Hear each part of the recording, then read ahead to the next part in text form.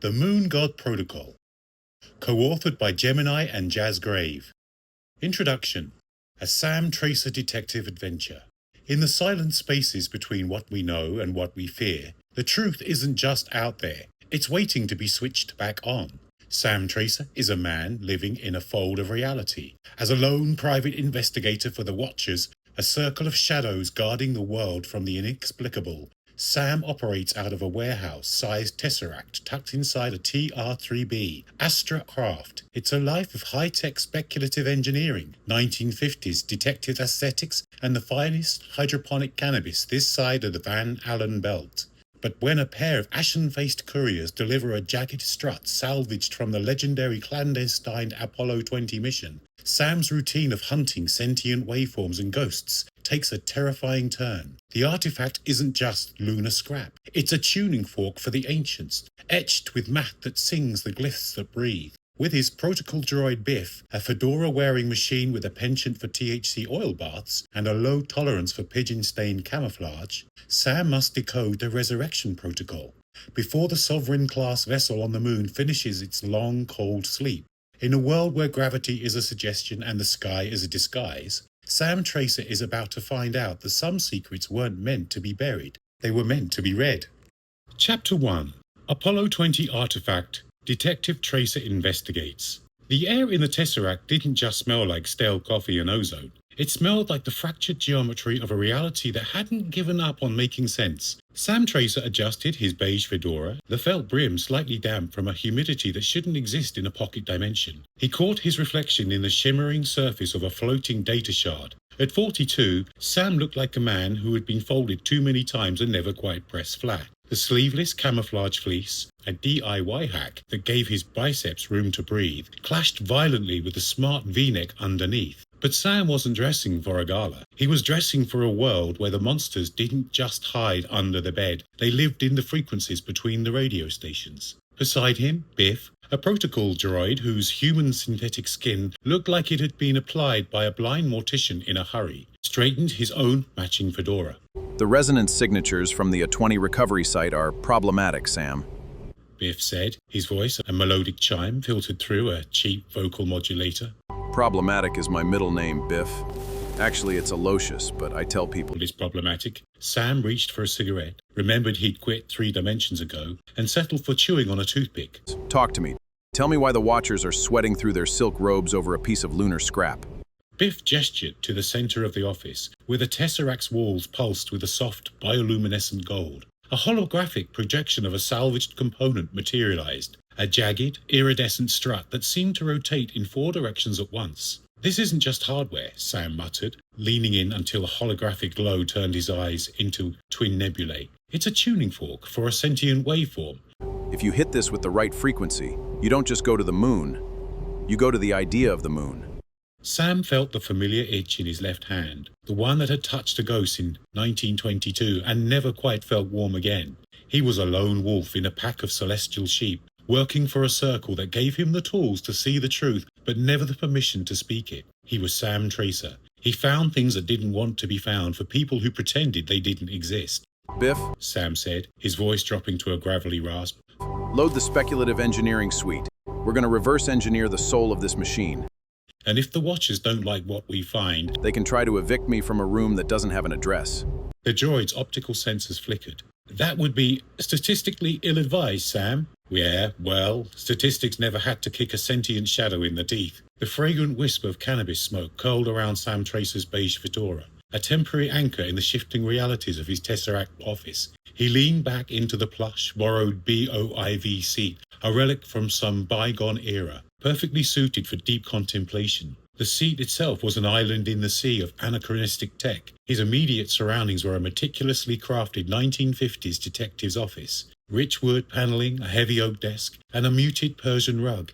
It was a comfortable lie, a mental sanctuary. Beyond the quaint wooden door, the illusion dissolved into the vast humming expanse of the Tesseract. Here, a borrowed zero-point energy generator thrummed, feeding power to a dazzling array of laboratory equipment, quantum computers, and holographic displays that lined the bay areas. Each screen pulsed with data, all linked to the colossal main system that was Sam's true partner in crime solving. He took a slow drag from his pipe, the herbal scent mingling with the ever-present ozone. Sal and antimony, the names floated like dust motes in his mind. The two Watcher couriers who had delivered the Apollo 20 artifact to him barely an hour ago, they had looked like they had just crawled out of a crypt, their faces ashened, eyes wide and haunted. Their fragmented tale of a sovereign-class vessel on the far side of the moon still echoed in his thoughts, a chilling counterpoint to the chirping birds he now observed. Sam glanced at the monitor, disguised as his office window. Outside, through the virtual pane,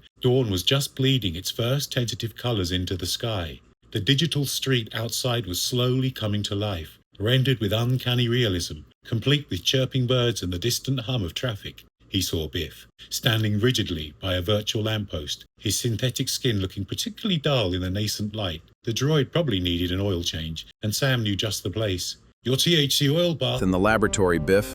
Four blocks inside the Tesseract is calling your name, Sam murmured, exhaling a plume of smoke. Don't want you seizing up on me when the real fun starts. He watched Biff's virtual eyes glow a faint blue in acknowledgement before the droid's figure dissolved from the street view. Sam smiled faintly. Even in the dimension-bending office powered by forbidden physics, some routines remained reassuringly mundane. He savoured the taste of the herb, letting it untangle the knots in his mind, preparing him for the strange truths that lurked beneath the surface of reality. The Apollo artifact was no ordinary piece of space junk. Sal and antimony's terror was his first clue, and Sam Tracer had a gut feeling this was going to be one for the history books, or at least the Watcher's highly classified archives. Sam set the pipe down and picked up the iridescent strut. It felt lighter than it should, as if the atoms were only half invested in being solid. He reached into his fleece pocket and pulled out a brass-rimmed monocle. a high-resolution spectral microscope that looked like a Victorian curiosity, but functioned like a CERN laboratory. Squinting through the lens, he felt the familiar Kuntz-esque chill crawl up his spine, the kind that suggests that the universe is much older and much more indifferent than we've been told. Well, look at you, Sam whispered. Along the beveled edge of the metallic hydrogen lattice, a series of micro-etched glyphs shimmered into view. They weren't just carved, they were vibrating at a frequency that made the molecules' glass hum, interspersed with the symbols with mathematical strings that looked like wave functions for the soul. Biff, belay that oil bath, buddy. Get over here and earn your silicon. Sam called out. The protocol droid shimmered back into existence near the oak desk, his beige fedora slightly askew. He didn't look at the artifact first. Instead, he pointed a stiff, synthetic finger toward the monitors showing the simulated street. Sam, I must register a formal complaint regarding the Astra's exterior maintenance, Biff chimed, his tone dropping with mechanical indignation. the local avian population, the pigeons, specifically, have been utilizing our hull as a communal latrine. Since we ran out of the grade A green crystal plasma for the holographic projectors, our hedge and shrubbery disguise is looking suspect. To be frank, the hedge currently has a 3-foot white streak down the middle that no biological flora should possess. If a botanist walks by, our cover is Sam blown. waved a dismissive hand through a cloud of smoke. If a botanist is looking that closely at a hedge in a parking lot at 5 a.m., He's a spy, Biff. Now look at this. The side of the strut. Biff leaned in, his optical sensors whirring as they zoomed and refocused. The blue glow in his eyes intensified, pulsing in the sync with the vibrations of the artifact. For a long moment, the only sound in the Tesseract was the low thrum of the zero-point generator. this is not merely math, Sam. Biff said, his voice dropping an octave in the reverent hum. These are linguistic blueprints. According to the Watcher's deep archive cross-references, This represents the language. the original tongue of the ancients, it's a set of instructions for the sovereign-class vessel. Biff looked up, his synthetic face a mask of digital dread. It isn't a ship log, Sam. It's a resurrection protocol. The vessel on the moon isn't dead. It's just waiting for someone to read the manual.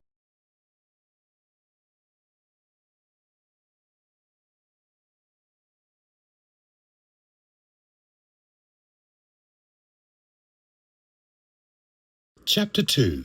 The transition from the 1950s warmth of the office to the cold, clinical reality of the TR-3B was like stepping out of a dream and into a nightmare designed by a mad geometer. Sam set the Resurrection Protocol strut onto a velvet-lined lead tray. The artifact continued to hum, a low, lonely sound that vibrated in the marrow of his teeth. tree. You're right, Biff. Between ancient moon god instructions and pigeon-painted camouflage, or a sitting duck, or a sitting hedge. Either way, we move. They stepped through the office door, leaving the smell of oak and herb behind. The interior of the Astra unfolded, a cathedral of matte black carbon fiber and pulsing fiber optic veins. They walked along the corridor toward the cockpit, a journey of 100 meters that felt longer due to the Tesseract's habit of stretching the floorboards when it was hungry for power. They passed the medical wing, where surgical lasers hung like frozen lightning, and the decontamination showers that smelled of ionizing radiation and mint. Then came the hydroponic sanctuary. Through the reinforced glass, Sam caught a glimpse of his true prize, rows of emerald green cannabis plants swaying in the synthetic breeze. The speculative strain was growing well, fed by nutrient-rich water and light frequencies that didn't exist in the natural world. It was a forest of tranquility, buried in the heart of a war machine. The plantation is at 40% humidity, Sam. Optimal for resin production. Biff remarked, not breaking his mechanical stride. Though using a zero-point reactor is inefficient. Efficient or not, it's the best smoke in the galaxy. It keeps me sane, Biff. Sanity is the rarest resource in this galaxy. They reached the control nexus. The seating was a pair of custom-molded gravity couches. Sam's was worn leather. Biff's was a reinforced titanium throne designed to interface directly with the ship's nervous system. The dash wasn't a mess of buttons. It was a wraparound sheet of liquid glass that projected data directly into the pilot's retinas. Biff strapped in, his synthetic fingers dancing across the console. He paused, pointing a trembling hand at the main forward viewing array. Look at this, Sam. It's a tragedy. A biological insult. Through the high-definition external cameras, the screen showed a smear of white, a chalky avian waste directly over the primary optical sensor. It looked like a Jackson Pollock painting executed by a very angry seagull. The birds haven't just pooped, Sam. They've established a colony on the projection. Engage the ring, we vaporize a dozen sparrows. Paperwork for the Watchers Environmental Committee would be staggering. Scrub the sensors, Biff. Use the exterior plasma wash. Sam commanded, gripping the controls. We're going up. We'll park in the upper stationary orbit. Disguise set to cumulus cloud. Out an empty sky. We'll hang over the forest until the sun goes down. Nobody looks at the same cloud for 6 hours. The Astra didn't roar. It didn't have engines to ignite. Instead, the air around the craft began to shimmer and warp. Gravity simply stopped applying to them. With a stomach-flipping lurch, the warehouse-sized triangle slipped the surly bonds of the parking lot and ghosted toward the heavens, a secret piece of the moon's history tucked away in its belly. The ascent was a masterclass in silent physics, a whispered defiance of everything Newton held dear. The TR-3B didn't fight the air. It simply existed in a pocket of space where the air didn't matter. However, even the most advanced clandestine technology in the solar system couldn't account for the human clutter. A muffled thump-thump Echoed through the carbon fiber hull, vibrating up through the floor of the cockpit. Dagnabbit! Sam barked, slapping the armrest of his leather gravity couch. There goes my surfing annuals. I left them on the exterior ledge. I was checking foliage emitters. Biff didn't turn his head, but his optical sensors performed a judgmental little 360-degree whirl. A fascinating tactical choice, Sam. Dropping 20th century memorabilia from a classified platform. Some child in the valley is about to have a very confusing afternoon discovering the 1984 Big Wave edition falling from a clear blue sky. They were collector's items, Biff. Real paper. Sam grumbled, watching the altimeter climb. Just keep us steady. Biff's synthetic hands moved with the grace of a concert pianist, nudging the Astra into a perfect stationary vector. They hit 35,000 feet and leveled off. Below them, the forest was a carpet of deep broccoli green. Above, the atmosphere began to thin into a bruised purple. Biff engaged the auto-hold and deployed the S-Crub unit, a spider-like cleaning droid that crawled out of a hull seam to begin the grim work of guano removal. The S-Crub is active, Biff announced. It will ensure every microscopic trace of avian defiance is neutralized. I have programmed it to be thorough. Not a smudge will remain to betray our silhouette. Sam looked at the glowing clock on the liquid glass dash. They had 6 hours. 6 hours of silence in the sky to crack the code of the Apollo 20 artifact before the Watchers expected a status report. The Watchers are breathing down my neck about the mileage, Biff. Sam said, leaning back as the zero-point energy generator hummed a low, haunting B-flat. They don't want us joyriding around the planet. Apparently the Z-point bloom is starting to show up as a gravitational ghost. If we stay in one spot too long, we're a target. If we move too much, we're a beacon. And I still require my THC oil bath, Sam. Biff reminded him, his voice clicking with a hint of mechanical fatigue. My primary actuators are currently operating at 88% efficiency. The friction is distasteful. 6 hours. Sam repeated, his eyes drifting back toward the craft where the ancient moon scrap sat waiting in the Tesseract. Plenty of time to start a resurrection or end the world. Let's get to work. Chapter 3. The S-Crub unit was a silent, multi-leg shadow, dancing across the hull, its laser scalpels peeling away layers of pigeon-born indignity with surgical precision. Inside the Tesseract, the silence was different, heavy, expectant, and smelling faintly of the speculative strain Sam had enjoyed earlier. With Biff finally submerged in a vat of warm premium THC oil 4 blocks deep into the craft's interior, the laboratory felt cavernous. The protocol droid's last act before his mechanical spa day had been to lock the AP-20X1 strut into the quantum resonance scanner. Sam watched the monitors. The main computer's logic gates hummed with a sound like a distant hive of bees. The readout was a cascading waterfall of neon green. Status, active, state, entangled, vector, lunar. So you're a walkie-talkie for the gods. Sam muttered, adjusting his fedora. The scanner confirmed it. The strut wasn't just a piece of ship, it was a transceiver, pulsing with a signal that bypassed the speed of light entirely. It was whispering to something on the moon, and something on the moon was whispering back. The Delport perspective. Sam left the scanner to its work and moved to the observation cupola, a bubble of reinforced crystalline glass located at the TR-3B's apex. He hauled a telescope that looked like a brass cannon, a spectroscope, modified to pierce the atmospheric distortion, and aimed it at the silver coin of the morning moon. At 35,000 feet, the air was thin, cold and clear as a diamond. He dialed the magnification into the Delport crater on the lunar far side. What he saw wasn't just a crater. Through the spectroscope, the shadows within the Delport didn't behave like shadows. They were too sharp, too geometric. He saw the faint, shimmering outline of something massive, the Sovereign-class vessel. It lay there like a dead Leviathan. But even from this distance, Sam could see the ghost light of its engines, a faint ultraviolet shimmer that shouldn't exist on a dormant ship. It looked less like a wreck and more like a predator holding its breath. The ukulele variable. Sam returned to the lab, his mind racing. If the strut was transmitting, it was part of a circuit, and every circuit has a resonance. He reached behind his oak desk and pulled out a small, weathered ukulele. It was a humble instrument for a man surrounded by zero-point energy, but Sam knew that music was just math with a soul. He sat on the edge of his desk, tuned the strings and began to play a slow, haunting melody, a bluesy riff that felt right for a detective at the edge of the world. Plink, pluck, strum. The strut reacted. As the sound waves hit the metallic hydrogen lattice, the artifact didn't just vibrate, it shifted. The jagged edges softened, the metal flowing like mercury, and the entire piece began to rotate slowly in midair, independent of the scanner's magnetic clamps. It was dancing. For every chord Sam struck, the glyphs on the side flared with a soft, bioluminescent gold. Well now. Sam whispered, his fingers dancing over the frets. You like the blues, don't you? Let's see if you know Fly Me to the Moon. The artifact wasn't just dancing anymore, it was screaming in a frequency of light. As Sam's fingers danced across the ukulele strings, the strut's rotation hit a critical velocity. It became a blur of iridescent mercury, a spinning top of alien intent that suddenly projected a sphere of shimmering points into the center of the Tesseract. The air in the office grew cold, the kind of cold that doesn't just chill the skin but frostbites the soul. It's a map, Sam whispered, his strumming hand going still as he watched the glowing constellations. but it's a map of a neighborhood I don't recognize.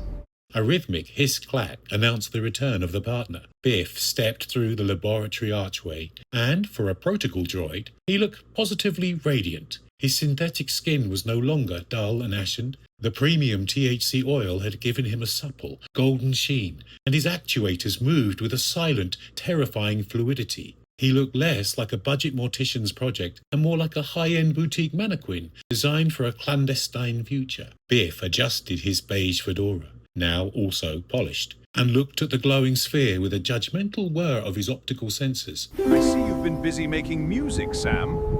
Biff remarked, his voice now a smooth, frictionless baritone. The S-Scrub unit has completed its task, and I am currently operating at 99.4% Which is fortunate, efficiency, because your map is currently radiating a level of entanglement data that is, frankly, impolite. Sam stared at the points of light. They didn't look like the stars he knew from the nights on the Maui beaches. I can't make heads or tails of these, Biff. It's like looking at a city from the bottom of a well. Biff leaned into the holographic display, his sensors scanning the coordinates. That is because you are looking for distant suns, Sam. Look closer. These aren't extrasolar systems. These are specific coordinates within our own backyard. Biff pointed a gleaming finger at a cluster near the edge of the projection. This point is the L2 Lagrange point behind the moon. This one is within the asteroid belt, specifically Psyche 16. He trailed off, his eyes pulsing. And this is pointing directly back to the Delport crater. I know. Sam said softly, his voice gravelly. He didn't look at the readout. He just felt it, a tug in his gut, like a magnetic north that had shifted inside his ribcage. It told me, or I told it. We're on a first-name basis now. Biff made a clicking sound of disapproval. Intuition is merely unrecognized data, Sam. Please, put the instrument away. The harmonic resonance is causing the zero-point generator to hicco, and I'd prefer not to be dematerialized during my post-oil glow. Sam set the ukulele back on the oak desk. As the music stopped, the artifact didn't fall. It remained suspended, but its rotation slowed to a rhythmic, breathing pulse. Check the intake. Sam commanded, his detective instincts overriding the herbal haze. If it's a transceiver and it's mapping our system, it isn't just sending our location out, it's downloading something. What's coming through the pipe? Biff plugged a fiber optic lead from his wrist directly into the scanner's console. His head tilted at a sharp, inhuman angle. Data packets, Sam. Enormous ones. It's not just a map. It's a logistical manifest. The Sovereign-class vessel isn't just a ship, it's a seed. And according to the telemetry coming in right now, the gardeners are already in the neighborhood. The internal atmosphere protocol. The interior of the Astra had become a sensory paradox. While the hull was a masterpiece of cold, clandestine physics, the air within the Tesseract was a lush, fragrant rebellion. Sam had rerouted the primary life support ducts, forcing the sterile, recycled oxygen through the heart of the hydroponic bay and a small grove of transplanted plumeria trees he'd brought from a hidden nursery in Lahaina. Now, instead of the metallic tang of a vacuum-sealed tomb, the office smelled of heavy tropical blossoms, damp earth, and the sharp, resinous promise of the speculative strain. It was the scent of home, a ghost of Maui floating 35,000 feet above the world. The air quality index is highly irregular, Sam. Biff remarked, his newly oiled joints gliding with silent precision as he hovered over the scanner. I am detecting traces of volcanic soil, floral esters, and enough THC metabolites to intoxicate a small moon. It is aesthetically pleasing. But it makes the internal sensors think we're a botanical garden rather than a tactical reconnaissance platform. Good. Sam said, leaning back in his Boeing seat. If the sensors are confused, the watchers are confused. Keeps everyone on their toes. He reached out and tapped the AP20X1 strut, the fingernail. The artifact didn't just vibrate, it let out a soft, melodic hum, the exact frequency of the ukulele riff Sam had played earlier. It was a perfect, haunting mimicry. Every time Sam or Biff leaned in to examine the glowing glyphs, the metal sang to them, a low-fidelity lullaby for a moon god. It's bonding, Biff. It's not just a machine anymore, it's an audience. While the singing is charming in a terrifying existential way, Biff interrupted, his blue eyes flickering with a new data stream. The download has shifted. The seed data is no longer just logistical. It is becoming architectural. Sam, it isn't just telling us where they are. It's showing us what they are building. Sam stood up, the smell of plumeria thick in his lungs. On the main monitor, the shadow in the Delport crater was changing. The ultraviolet ghost light was no longer just a shimmer. It was forming a structure. A spire of light was reaching out from the lunar surface toward the stars. They aren't just gardening, Biff. Sam whispered. They're renovating. Chapter 4.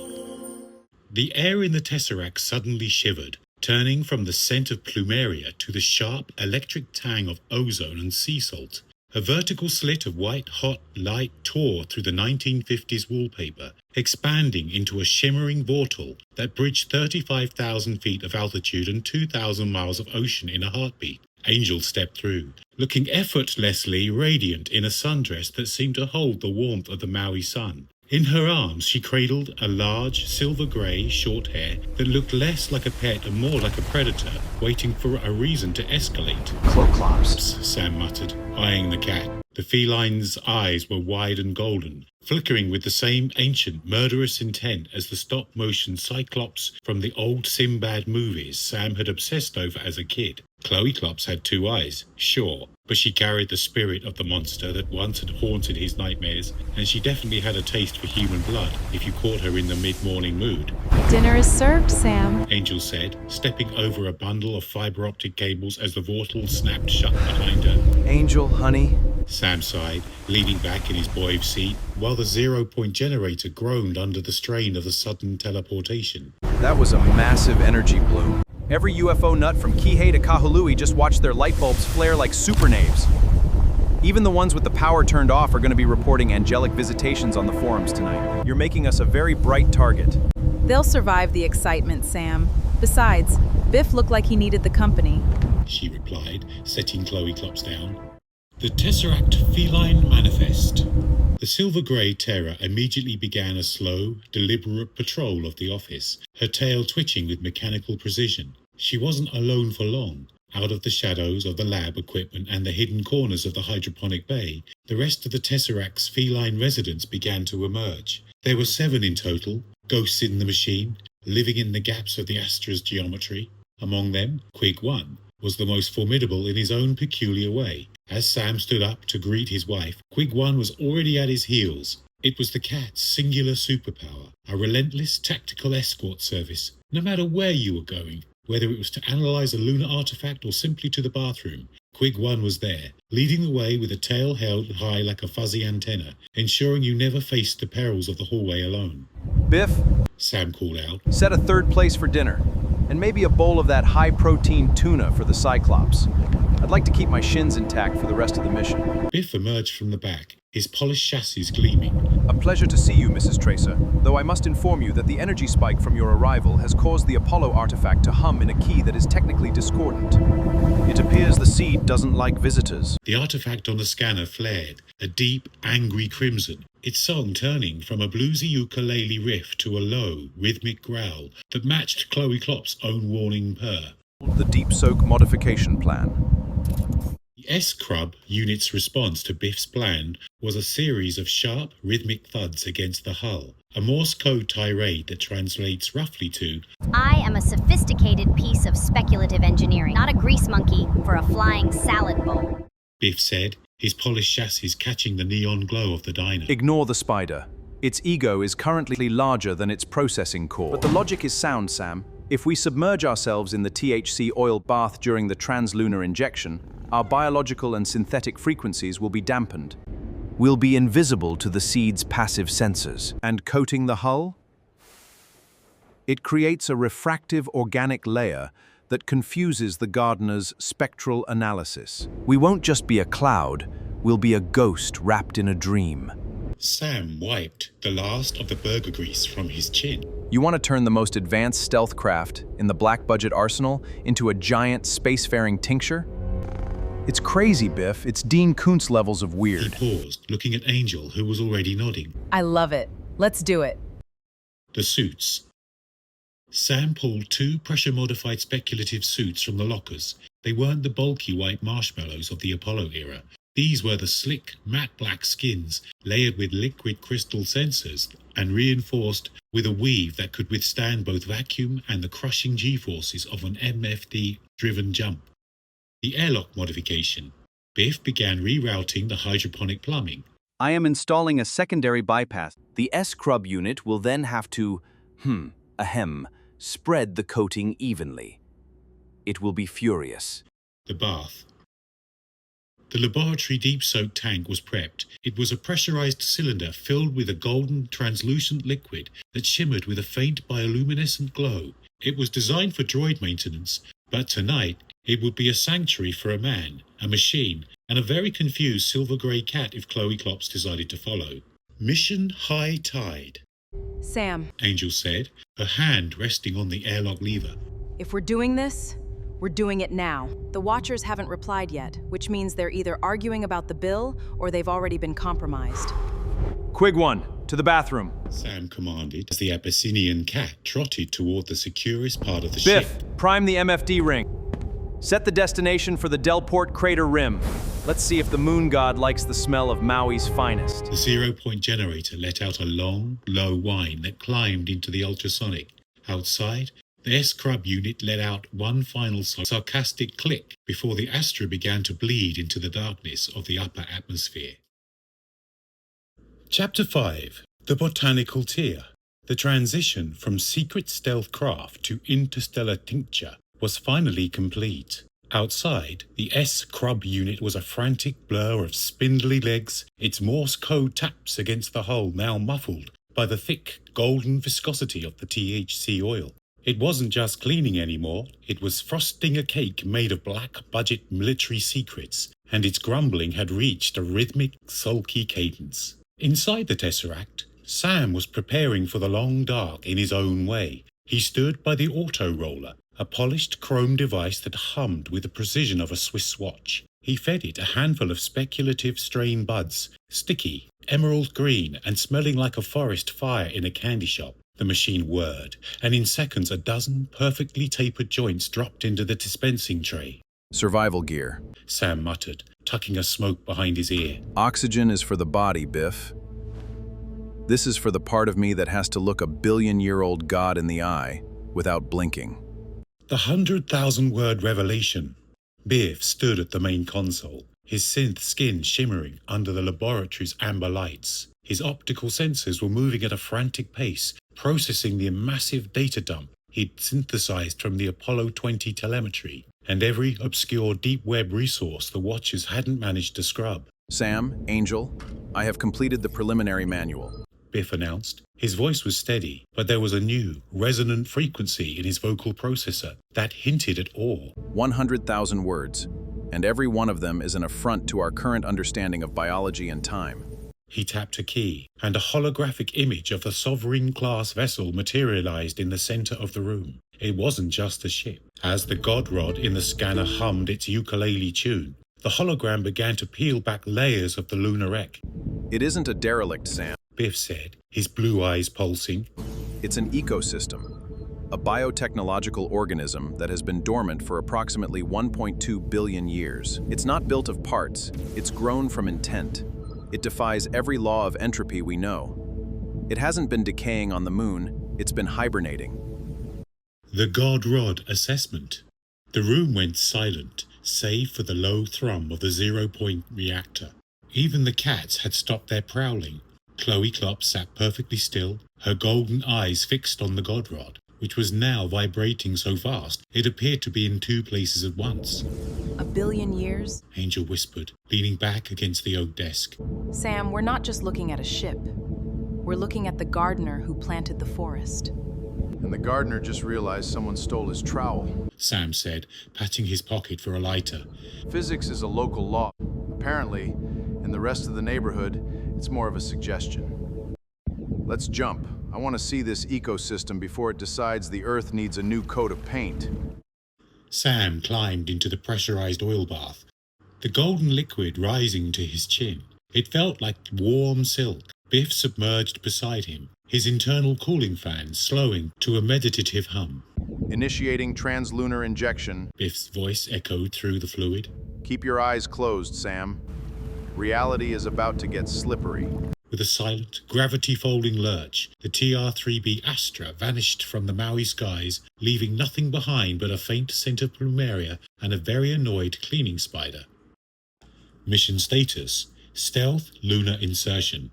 The jump to the moon was a kaleidoscope of velvet and gold. Submerged in the THC oil bath, Sam felt the Tesseract expand until he was no longer a man in a ship, but a single note in a song played by a giant.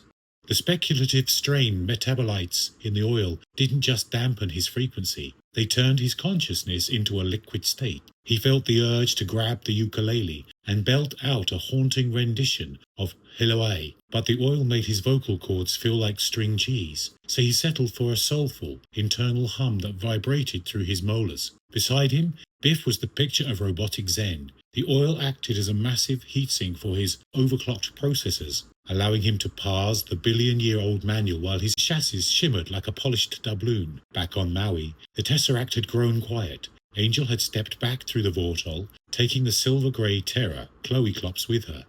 She knew Sam. She knew the moon was a place for high-tech detectives and droids, not for a wife and a cat with a taste for dramatic incidents.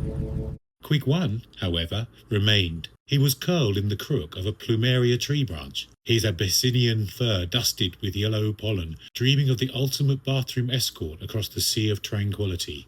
The TR-3B Astra suddenly lurched, the golden oil rippled. Through the external sensors, the pitch-black sky was replaced by the blinding, stark white of the lunar surface. They were hovering over the rim of the Delport crater, and the billion-year-old biotech below was beginning to pulse in time with Sam's heartbeat. The Watchers' Council, somewhere under London. Deep beneath the cobblestones of a city that had forgotten its own magic, a group of men sat in a room that smelled of old parchment and cold iron. This was the Council of the Watchers, a circle of knights whose armour was now bespoke suits, but whose eyes still held the steely glint of those who guarded the Grail. Monson and Lloyd, the primary liaisons for the Sam Tracer project, stood before the high table. He's gone. Monson said, his voice echoing in the vaulted chamber. The TR-3B vanished from Maui radar 4 minutes ago. Thermal bloom suggests a translunar trajectory. The Grand Watcher, a man whose face looked like a map of the Crusades, tapped a signet ring against the table. And we did not authorize this? We said nothing, sir. Lloyd replied, adjusting his glasses. We knew that a no to Tracer is simply a yes with a delayed fuse. If we told him to stay, he'd have hotwired the Tesseract and gone anyway. This way, the liability is his.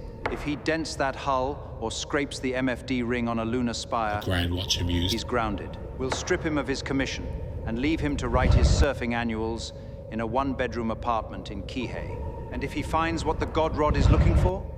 The council went silent. The knights exchanged glances, sharp, rusted, but still dangerous. Then disclosure isn't a choice we make anymore. It's a rescue mission. Chapter 6. The Cosmic Harvest. The descent into the Delport crater was a silent ballet of gravity and gold. The TR-3B Astra, dripping with its specialized THC oil coating, didn't just land, it merged with the lunar shadow. To the naked eye, the craft was a shimmering ghost. To the ancient sensors of this sovereign-class vessel below, the billion-year-old seed stirred in its regolith cradle, its internal logic, forged in an era before the first earthbound lung drew a breath, began to process the incoming data. It didn't see a military scout or a threat. Its sensory arrays, attuned to the music of the spheres, received a harmonic chord, a messy, beautiful frequency of a super-stoned human male and a localized cluster of 6 feline biosignatures, each vibrating with varying degrees of domestic indifference. The Atlas vessel pulsed once, a deep, sub-audible thrum that rippled the dust for miles. It recognized the resonance of the God Rod inside the Tesseract. It sensed no malice in the ukulele blues or the sleeping Abyssinian cat. The planetary gardener let the lander land. The lunar surface log, Delport crater rim. Sam stepped out of the oil bath, the golden liquid sliding off his matte black pressure suit like water off a duck's back. He felt light, not just because of the 1/6 gravity, but because his mind was currently a kite flying in a hurricane of cosmic insight. He grabbed his fedora, which had been specifically treated for vacuum exposure, and jammed it onto his head. Biff, Sam rasped, his voice sounding like dry leaves in the suit's comms. it's opening the door for us. It's like it knows I've got the smokes. I highly doubt its primary motivation is nicotine, Sam. Biff replied, stepping out of the vat and checking his primary actuators. The artifact is now projecting a literal welcome mat of coherent light, leading from our airlock to the main dorsal sphincter of the Atlas vessel. It appears your music has earned us a VIP pass. The Garden of the Ancients. Outside the viewing port, the lunar surface wasn't the dead, grey wasteland of the history books. Under the influence of the seed, the Delport crater had begun to transform. Crystals of metallic hydrogen were sprouting from the dust like frozen flowers, and a faint shimmering atmosphere, a thin veil of oxygen and neon, was being exhaled by the ship's biovents. Sam checked his belt. Tricorder? Checked. Ukulele? Secure. Godrod? Singing G major. Quig1 is still asleep in the plumeria tree. Sam noted, looking back into the Tesseract. Keep the internal pressure stable, Biff. If the cats wake up on the moon, I want them to think they're still in Lahaina. The Sovereign Camouflage. Sam cycled the airlock. As the outer door slid open, the silence of the moon hit him, a silence so loud it felt like a physical weight. He stepped onto the dust, his boots leaving glowing prints in the oil-slicked regolith. Directly ahead, the Sovereign vessel loomed like a mountain of living obsidian, its surface shifting and rippling like a sea of dark glass. It was beautiful. It was terrifying. And you are 1 billion years overdue for a conversation. The metamaterial overalls. Biff stepped into a pair of classic protective overalls made of a metamaterial weave, a fabric that didn't just block radiation, it manipulated it. To the casual observer, or the ancient censors of the moon god, Biff appeared as a humble 1950s worker, his own beige fedora perfectly atop his cranial unit. The Sentinel's greeting.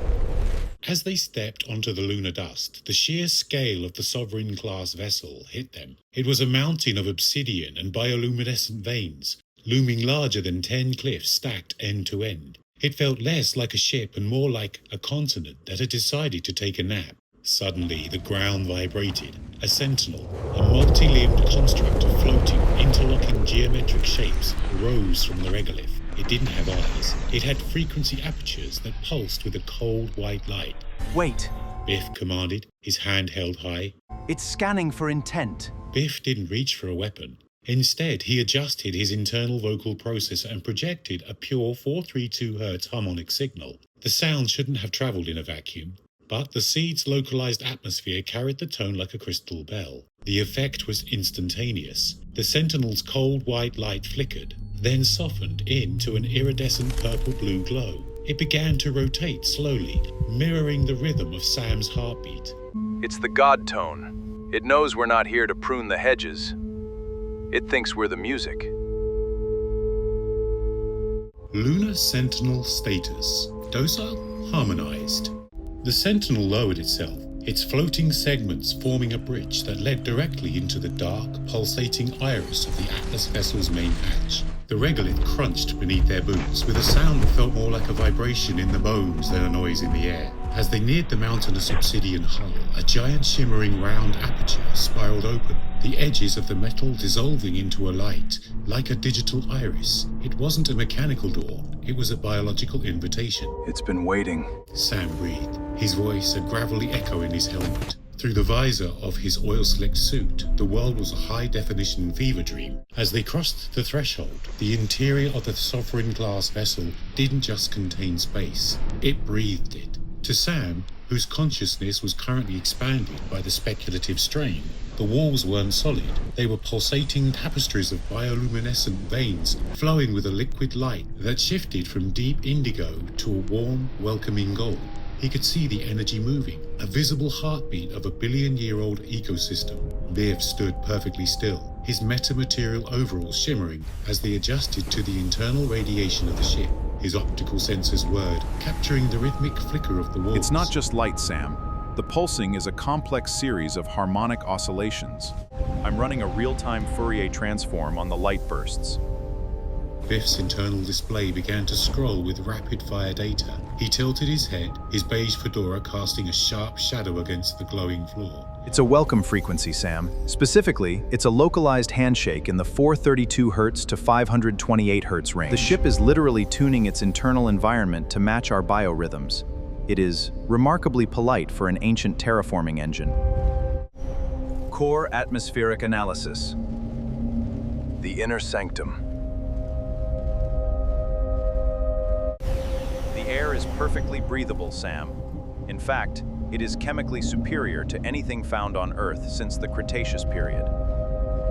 The 4% particulate matter appears to be a biotechnological interface. It isn't just air, it's a medium for thought. Biff, tell me I'm not hallucinating. Is that a forest?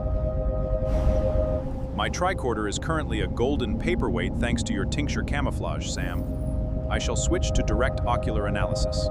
It is indeed a botanical environment, Sam. But the trees are not biological in the Terran sense. They are quantum aerial structures. They are breathing light and exhaling structured data. Is the air breathable if I take off this helmet, you say, Biff? Technically, Sam, the chemical composition is...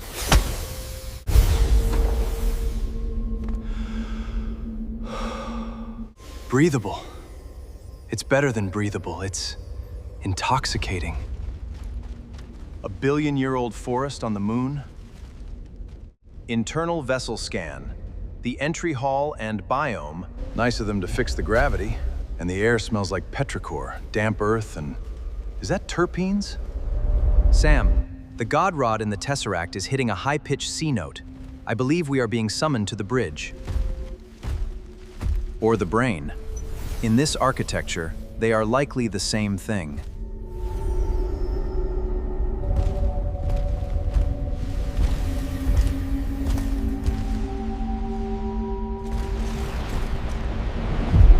That's a lot of real estate.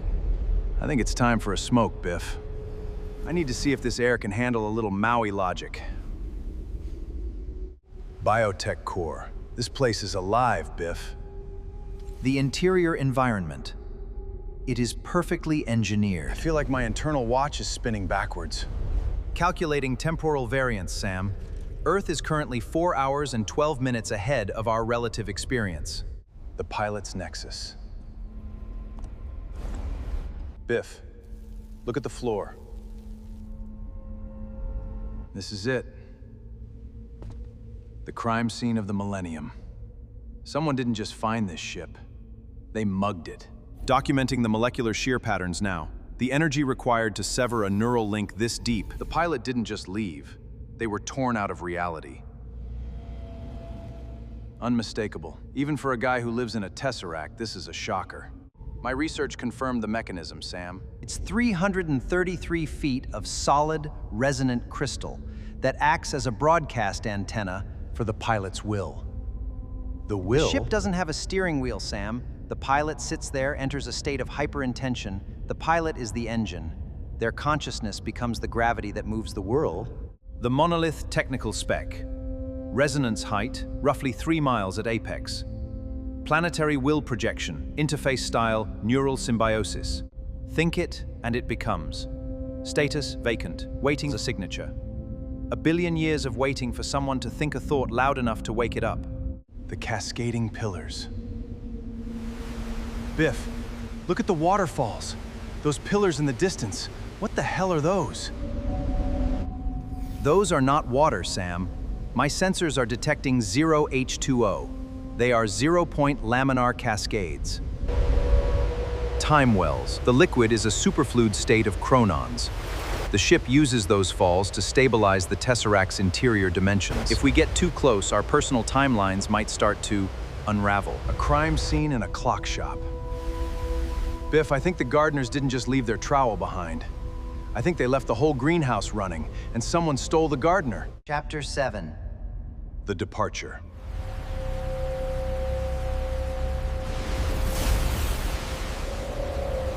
The forensic memory dump.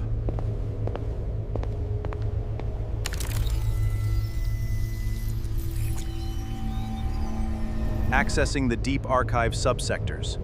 The memory banks are overwhelming, Sam. It's a billion-year time-lapse of the lunar surface. But I've found the anomaly. I'm isolating the Acheron extraction event now.